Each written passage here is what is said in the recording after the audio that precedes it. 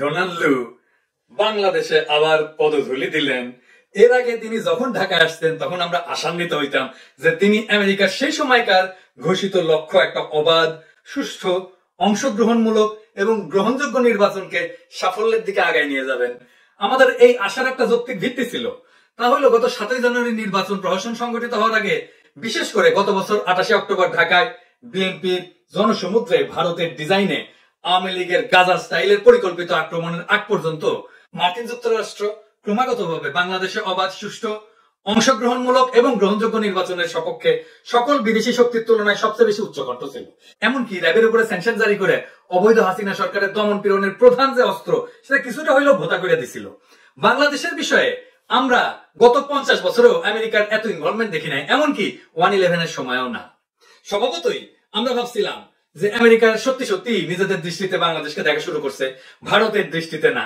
বাংলাদেশে একটা অগণতান্ত্রিক এবং অবৈধ শক্তিকে ক্ষমতায় রাখার পক্ষে তখন অবস্থান নিয়েছিল ভারত, চীন, রাশিয়া, এই 3 দেশ। আমরা আমেরিকার সেই সময়কার অবস্থান সঙ্গত কারণে ইতিবাচক ভাবে দেখছি এবং এই 3টা দেশের সমালোচনা, মানে ভারত, চীন এবং রাশিয়া, এদের সমালোচনা করা থেকে কিন্তু আমি বিরত থাকিনি। কিন্তু লু সাহেব, আপনারা কি জানতেন যে বাংলাদেশের মানুষ কেমন আশা করেছিল আপনাদের উপরে?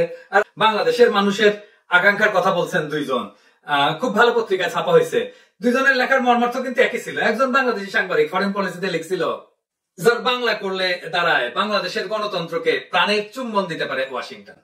ডিপ্লোম্যাটে লিখলো আরেক ভদ্রলোক, বাংলাদেশিরা তাদের গণতন্ত্র উদ্ধারের জন্য আমেরিকার দিকে তাকিয়ে আছে। তো লু সাহেব, আপনি তো ভালো করে জানেন আমেরিকার প্রতি ইতিবাচক মনোভাব আমাদের দেশের কোটি কোটি জনতার সঙ্গে আমি নিজেও শেয়ার করছি। এইটা শেয়ার করার উদ্দেশ্য এটা না যে আমি বা আমরা আপনাদের কাছে কোনো অনুগ্রহ লাভের জন্য হাত পাচ্ছি। কারো কাছে হাত পাতার অভ্যাস আমাদের নাই। বাংলাদেশিরা কারো কাছে হাত পাতি না। আমরা যা করি তা বিবেকের ধারণা এবং প্রিয় মাটি এবং মানুষের প্রতি গভীর এবং তীব্র ভালোবাসা থেকে করি। এই কথাটা আগে ভাগেই জানায় রাখা ভালো, এই কারণে যে আমার কিছু কথা আপনারা অপছন্দ হইলে এটা যেন মনে না করেন যে অন্য কোন শক্তির অনুগ্রহ লাভের জন্য আমি এটা করতেছি।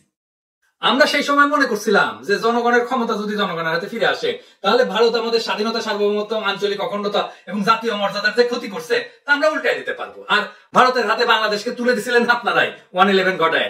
আমরা ভাবছিলাম আপনারা সে পাপের কাফারা দিতে আসছেন। তাই বাংলাদেশে গণতন্ত্রের পুনরুজ্জীবনের প্রতি আপনাদের সমর্থন আমাদেরকে তখন নিশ্চিতভাবে উৎসাহ যোগাইছিল।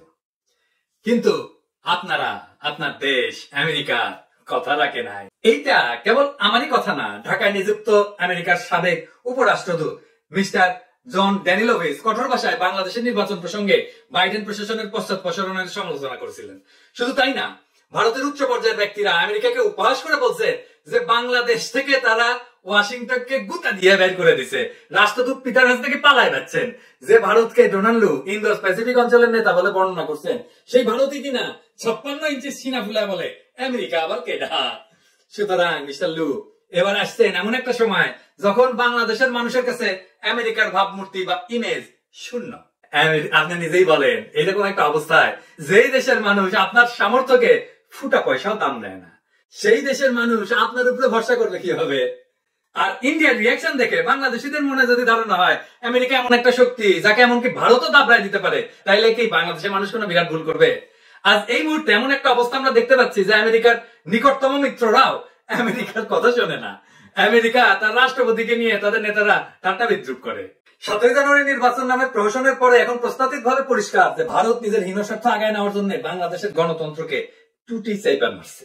বাংলাদেশের জনগণ যাতে দেশের প্রকৃত ক্ষমতা আবার নিজের হাতে নিতে না পারে তার সকল বন্দোবস্ত করছে ভারত।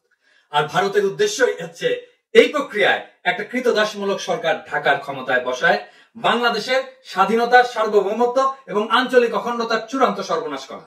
স্বাধীনতা, সার্বভৌমত্ব এবং আঞ্চলিক অখণ্ডতা এবং জাতীয় মর্যাদা ফিরে পাওয়াটাই হচ্ছে আমাদের এখনকার একমাত্র লক্ষ্য। আমাদের এবারের সংগ্রাম তাই ভারতকে বাংলাদেশ থেকে তাড়ায় দেওয়ার সংগ্রাম।